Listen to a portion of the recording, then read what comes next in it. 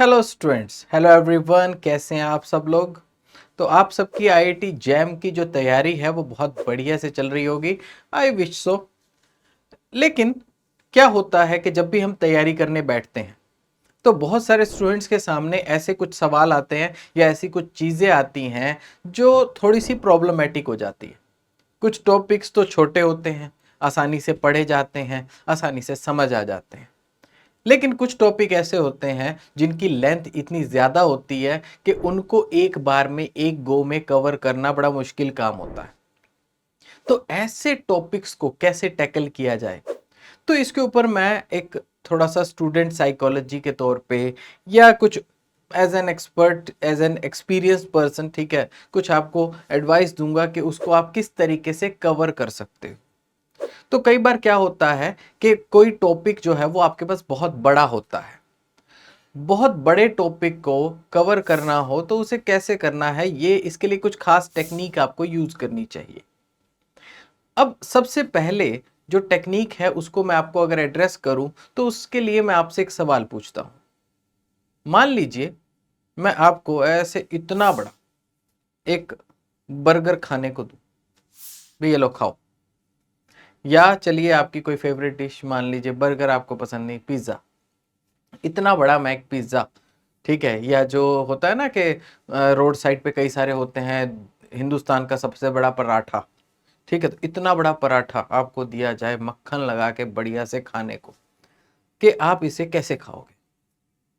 तो भाई सीधा सा जवाब आपके माइंड में आता है कि भाई इतना बड़ा पराठा एक साथ तो खाया जा नहीं सकता। तो ये तो है ही कि इसको खाने के लिए आपको इसके टुकड़े टुकड़े करने पड़ेंगे। सो जब आप इसके टोटे टोटे कर दोगे तभी आप इसको खा सकते हो। तो वैसे ही बिल्कुल सेम स्केल पे जब कोई बड़ा टॉपिक आपके पास हो तो आपको क्या करना है, उसके फ्रेगमेंट्स कर लो।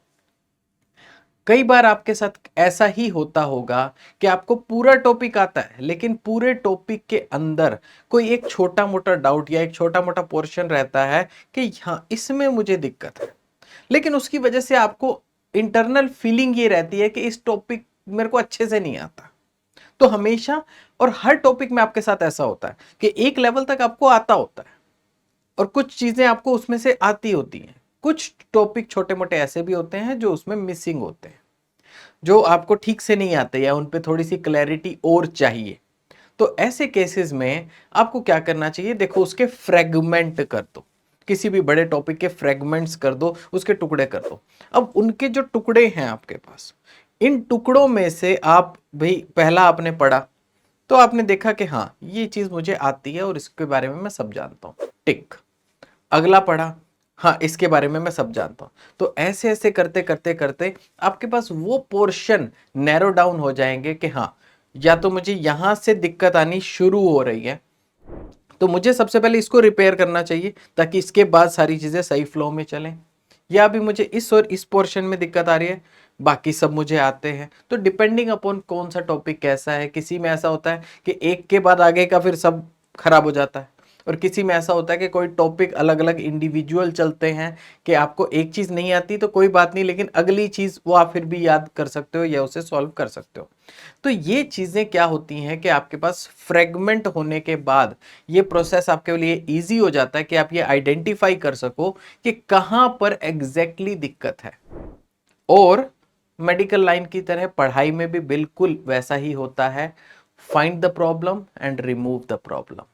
इसी तरीके से आप अपने कंसेप्ट्स को अच्छे कर सकते हो और किसी भी जो बड़ा टॉपिक है, बड़ा जो सब्जेक्ट का पार्ट है, उसको आप इजीली अपने लिए फिजिबल कर सकते हो।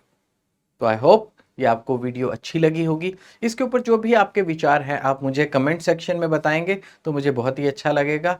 बाकी गाइस इस तरह की और यूजफुल वीडियोस के लिए हम मिलते रहेंगे आपसे इसी चैनल पर। Till then bye bye, take care.